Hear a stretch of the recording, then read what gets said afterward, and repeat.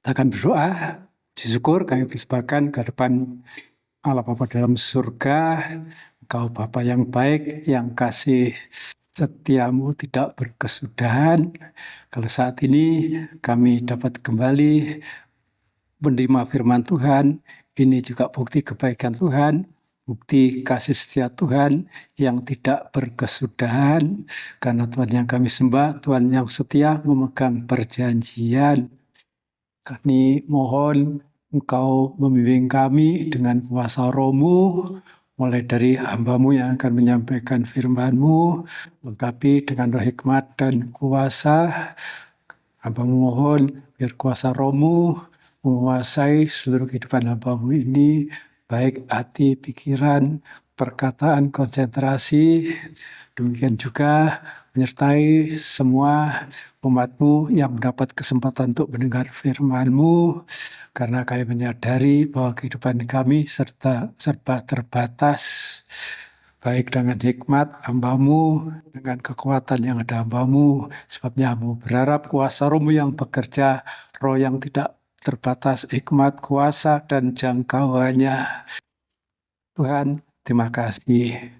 Kami sudah persembahkan doa, permohonan, ucapan syukur terima kasih ini ke depan Allah Bapa dalam surga.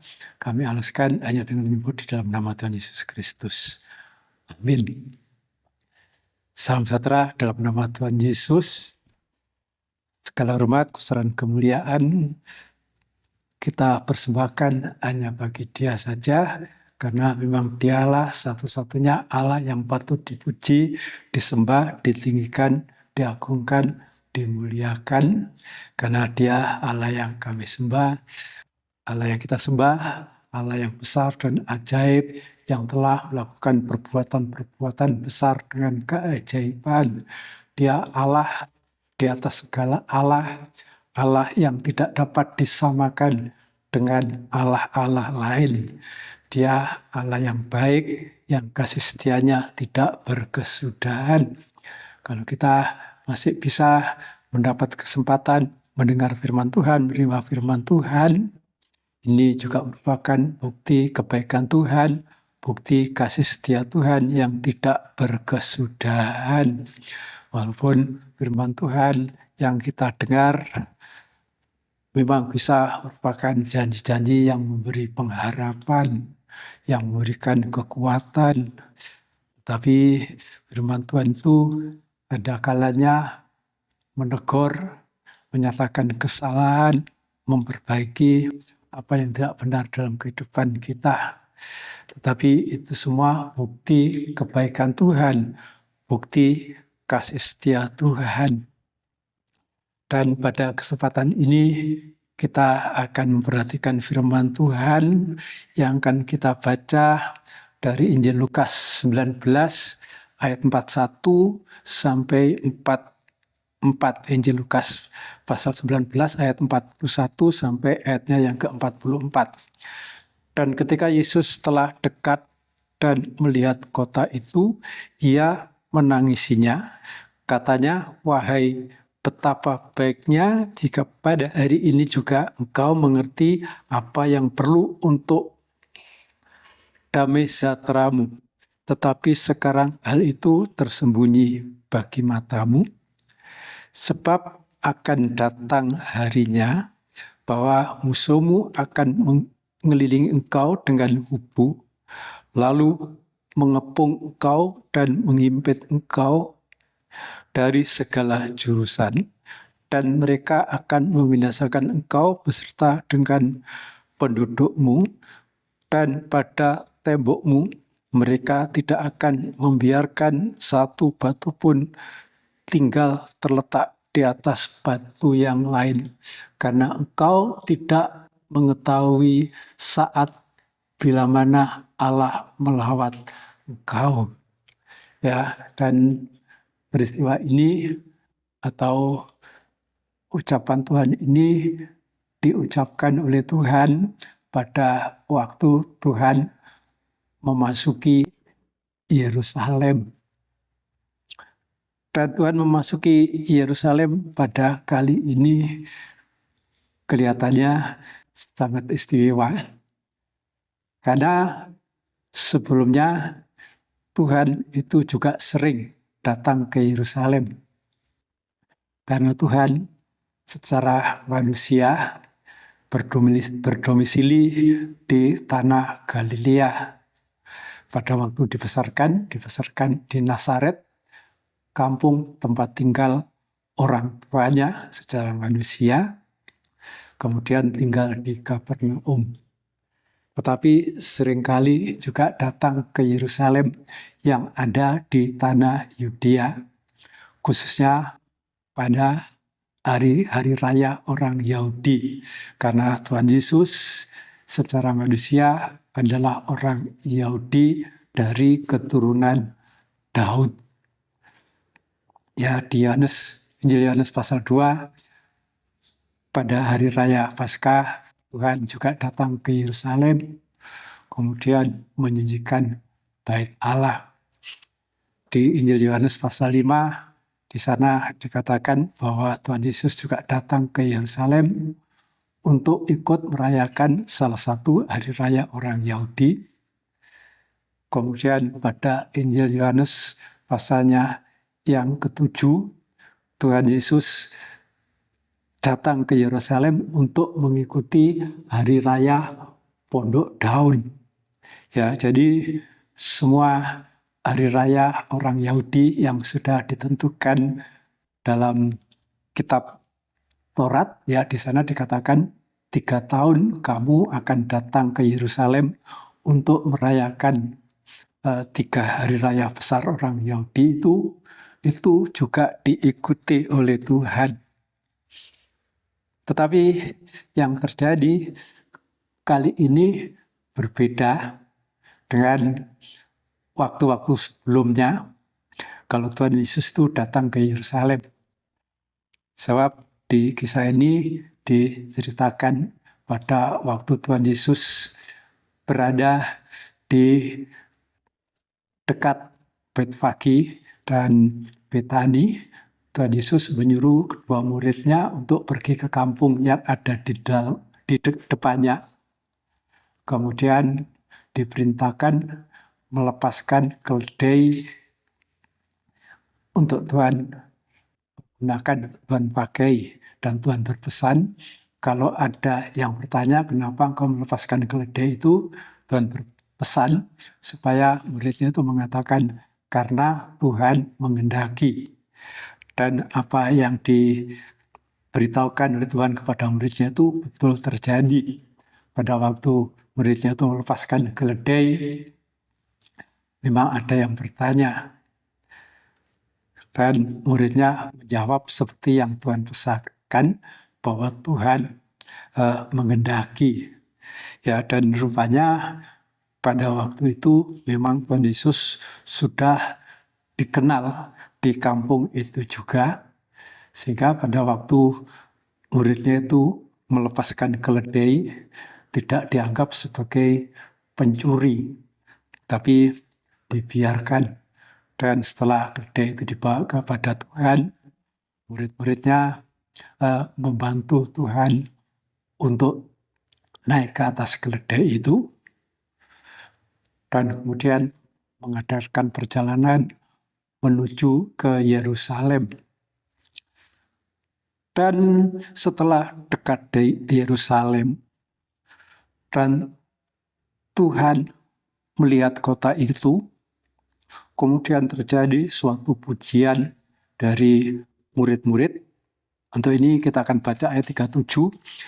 Ketika ia dekat Yerusalem, di tempat jalan menurun dari Bukit Zaitun, mulailah semua murid yang mengiringi dia bergembira dan memuji Allah dengan suara nyaring oleh karena segala mujizat yang telah mereka lihat. Kata mereka, diberkatilah dia yang datang sebagai Raja dalam nama Tuhan. Damai sejahtera di surga dan kemuliaan di tempat yang maha tinggi. Ya, jadi ini yang dilakukan oleh murid-murid pada waktu sudah dekat kota Yerusalem. sudah melihat kota itu, mereka dengan hati penuh sukacita, dengan hati bergembira, mengatakan, diberkatilah dia yang datang sebagai Raja dalam nama Tuhan.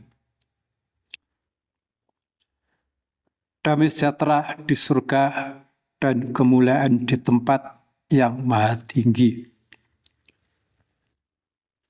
Ya, ini yang terjadi atas murid-murid. Karena tahu bahwa Tuhan masuk ke Yerusalem dengan mengendarai keledai, itu adalah sebagai raja.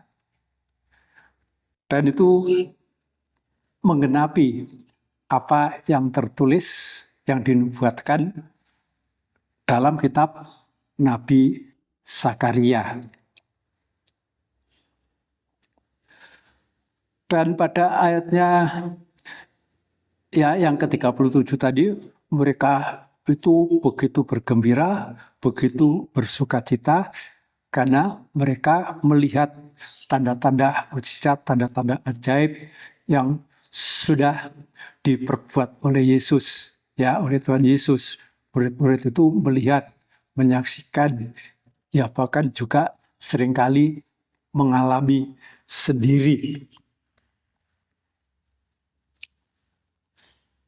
Karena memang tahu betul kalau Tuhan masuk Yerusalem mengendarai keledai, karena betul-betul dia itu sebagai raja yang akan datang dengan mengendarai keledai. Tetapi dari pihak Tuhan, ini yang betul-betul kontras dengan yang terjadi atas murid-murid. Ayat 40,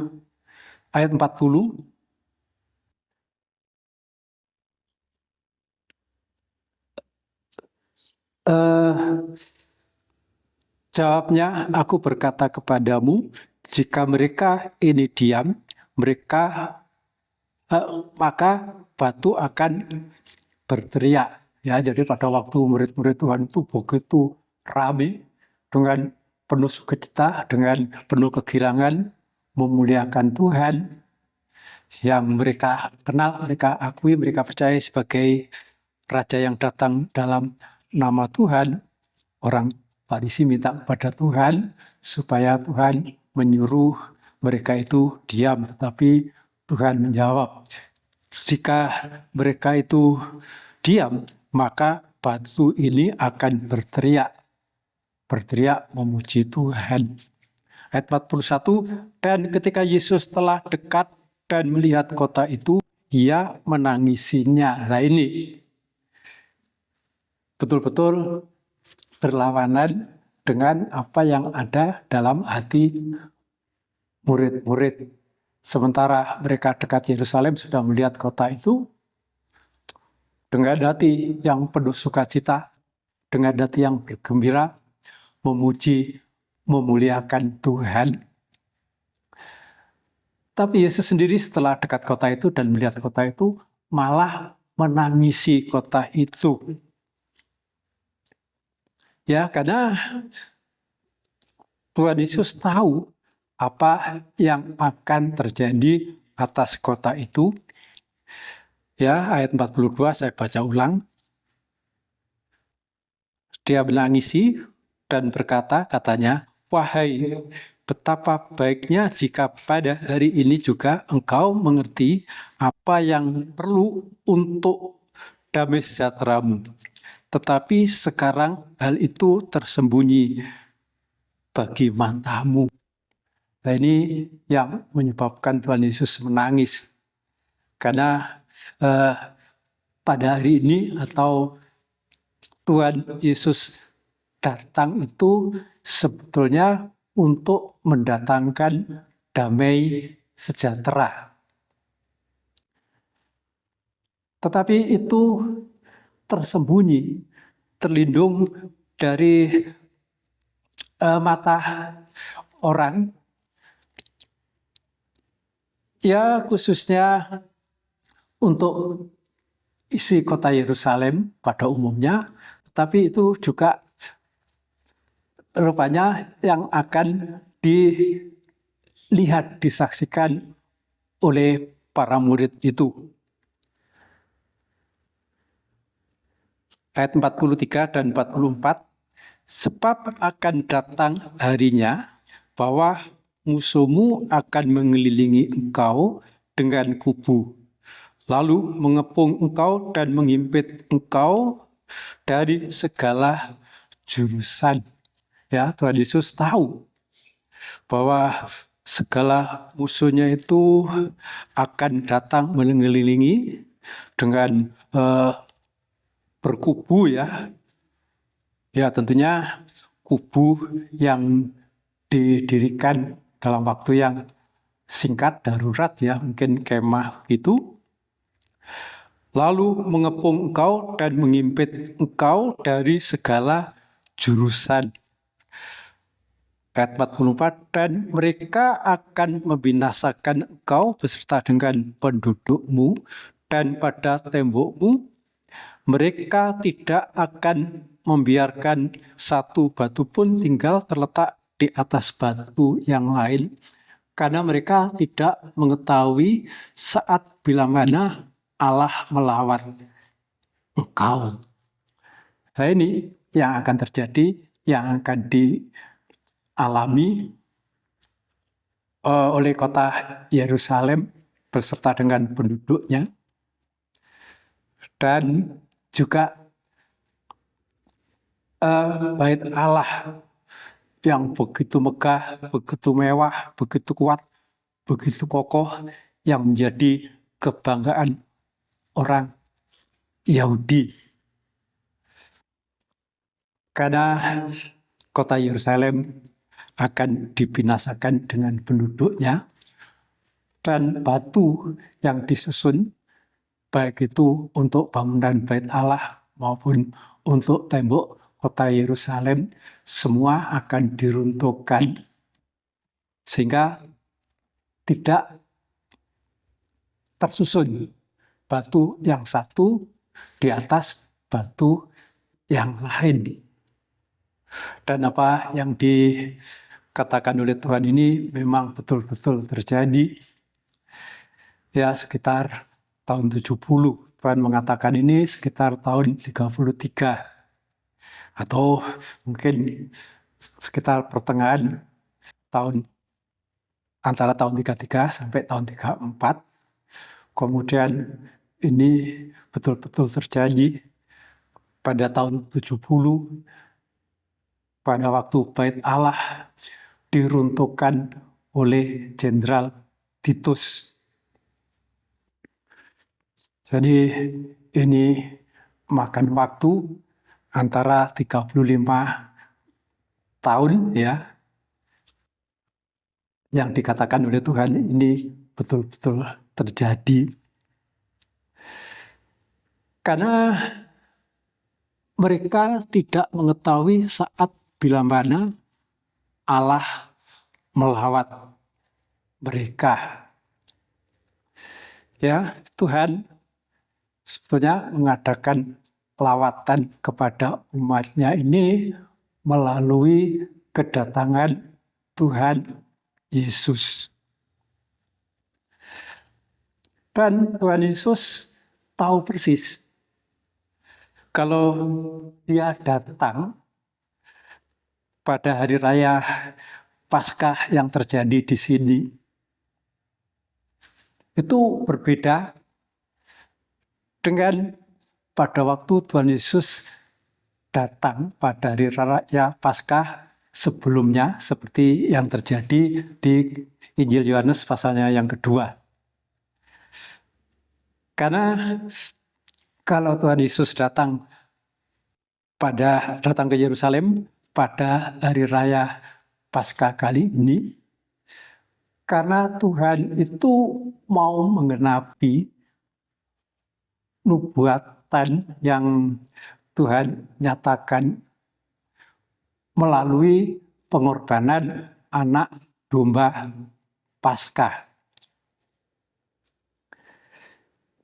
Ya, di kitab Keluaran pasal 12 di sana memang menceritakan tentang pengorbanan anak domba Paskah, yang itu juga menggambarkan akan korban Tuhan kita Yesus Kristus.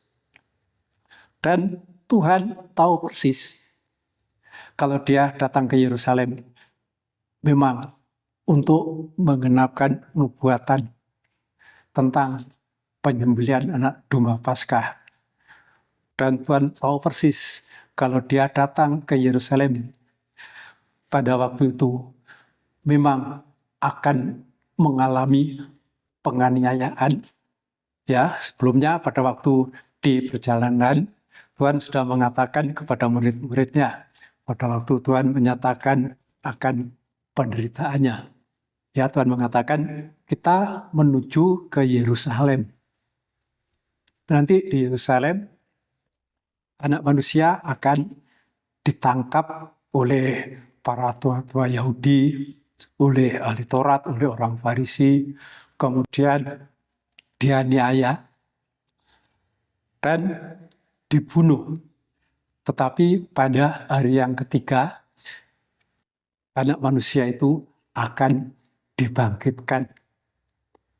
Ya, jadi Tuhan itu sebenarnya tahu persis kalau datang ke Yerusalem pada kali itu memang akan menghadapi penganiayaan sampai mati dibunuh. Tapi Tuhan juga sudah menyatakan bahwa pada hari yang ketiga dia akan dibangkitkan kembali. Dan tentunya kalau Tuhan datang ke Yerusalem mengetahui bahwa dirinya itu akan sampai mati dibunuh, menumpahkan darahnya. Sebetulnya kedatangan Tuhan itu untuk mendatangkan damai sejahtera. Ya, kedatangan Tuhan itu sebetulnya merupakan lawatan Tuhan kepada umatnya. Tetapi seperti ayat yang kita sudah baca tadi, tetapi hal itu tersembunyi bagi umat Tuhan, bagi penduduk Yerusalem, sehingga lawatan Tuhan yang mendatangkan damai sejahtera itu tidak terjadi atas mereka. Ya, karena firman Tuhan mengatakan bahwa Tuhan Yesus yang rela menderita penganiayaan sampai mati di kayu salib dengan darahnya untuk mengerjakan pendamaian. Kita akan baca Efesus 2 ayat 14 dan 16. Efesus 2 ayat 14 dan 16. Karena dialah damai sejahtera kita yang telah mempersatukan kedua pihak dan yang telah merubuhkan tembok pemisah, yaitu perseteruan. 16. Dan untuk memperdamaikan keduanya di dalam satu tubuh dengan Allah oleh salib, dengan melenyapkan perseteruan pada salib itu. Ya, inilah sebetulnya yang Tuhan mau kerjakan, mau nyatakan dengan Tuhan masuk ke Yerusalem pada waktu itu. Memang Tuhan sudah siap, sudah tahu akan dianiaya sampai dibunuh. Tetapi dengan darahnya, dia memperdamaikan kedua belah pihak.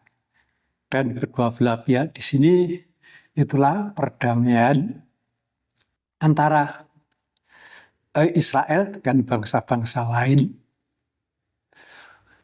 Karena antara Israel dengan bangsa-bangsa lain itu memang ada perseteruan, ada pemisahan. Ya, karena bangsa-bangsa lain tidak memiliki hukum Taurat, sedang bangsa Israel, bangsa Yahudi itu memegang hukum Taurat. Dan setelah kedua belah pihak ini diperdamaikan oleh darah salib Tuhan Yesus, kemudian dibentuk menjadi satu tubuh dan diperdamaikan, dipersatukan dengan Allah. Ya, ayat 16, dan untuk memperdamaikan keduanya di dalam satu tubuh dengan Allah oleh salib, dengan melenyapkan perseteruan pada salib itu. Ya, jadi di sini korban pendamaian Tuhan itu sungguh-sungguh luar biasa. Ada kuasa memperdamaikan kedua pihak antara kafir atau bangsa lain dengan Israel, dengan orang Yahudi. Tetapi juga ada kuasa yang luar biasa untuk memperdamaikan Yahudi dengan bangsa lain yang sudah dipersatukan itu, ya, dipersatukan menjadi satu tubuh, diperdamaikan dengan Allah. Ya, karena firman Tuhan menyatakan bahwa manusia yang sudah jatuh dalam dosa itu menjadi setru Allah, menjadi terpisah dengan Allah. Dan kasih Allah bagi manusia itu sungguh-sungguh luar biasa. Dan firman Tuhan dalam surat Efesus ini mengatakan bahwa panjang lebar tinggi dalamnya kasih Allah kepada manusia itu tidak terduga, tidak terukur. Sebab manusia berseteru dengan Allah itu kan manusia yang buat gara-gara. Tuhan sudah ingatkan, kalau kamu makan buah itu kamu akan mati. Tetapi manusia tidak mendengar, Tuhan memakannya sehingga jatuh dalam dosa. Dan akibatnya maka manusia itu berseteru dengan Allah. Tetapi karena kasih Allah itu luar biasa, manusia yang sudah menjadi setru Allah itu supaya kembali oleh hidup. Ya, firman Tuhan dalam surat Kolose mengatakan bahwa kasih Allah itu telah memperdamaikan manusia karena dosa yang ada dalam hati, pikiran yang nyata dalam perbuatan yang sudah menjadi setru Allah, diperdamaikan oleh Allah sendiri dengan dirinya melalui darah salib Tuhan Yesus. Nah, inilah rencana Tuhan dengan lawatan Tuhan datang ke Yerusalem yang memang Tuhan sudah mempersiapkan diri untuk menjadi korban pendamaian. Tetapi hal ini tertutup, tidak dimengerti oleh isi Yerusalem. Sehingga yang terjadi bukan damai sejahtera. Tetapi pada ayat yang kita baca tadi, mereka akan dikepung oleh musuhnya berkeliling, musuhnya berkubu, menghimpit, dan musuhnya itu membinasakan, meruntuhkan tembok, baik tembok kota Yerusalem maupun tembok bangunan bait Allah yang menjadi kebanggaan mereka. Ya, biar kiranya firman Tuhan ini juga menjadi berkat bagi kehidupan kita, untuk kita ini menghargai akan kebesaran kasih Tuhan, di mana kedatangan Tuhan melalui pengorbanannya memang untuk mengerjakan pendamaian baik di antara kita sesama, terutama antara kita yang sudah diperdamaikan dengan Allah. Puji Tuhan, Tuhan memberkati. Ya, kita akan berdoa, bersyukur kepada Tuhan. Kami bersyukur kepadamu, ya Allah Bapa kami dalam surga, begitu besar kasih-Mu bagi kehidupan kami. Dengan Engkau mengutus putra-Mu yang tunggal, Tuhan Yesus Kristus, di mana kedatangannya terutama datang ke Yerusalem, ya bahkan secara umum datang ke dunia untuk mengerjakan damai sejahtera yang memperdamaikan kami satu dengan yang lain, terutama untuk memperdamaikan kami dengan Engkau sendiri ya Bapa. Kami yang sudah menjadi setru Allah oleh karena dosa.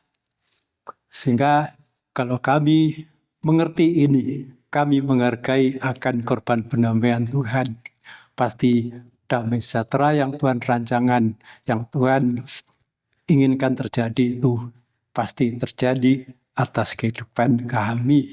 Tuhan terima kasih. Terima kasih. Kami sudah persembahkan doa syukur terima kasih ini ke depan Bapa dalam surga. Kami alaskan hanya dengan menyebut di dalam nama Tuhan Yesus Kristus. Amin. Puji Tuhan, Tuhan berkati.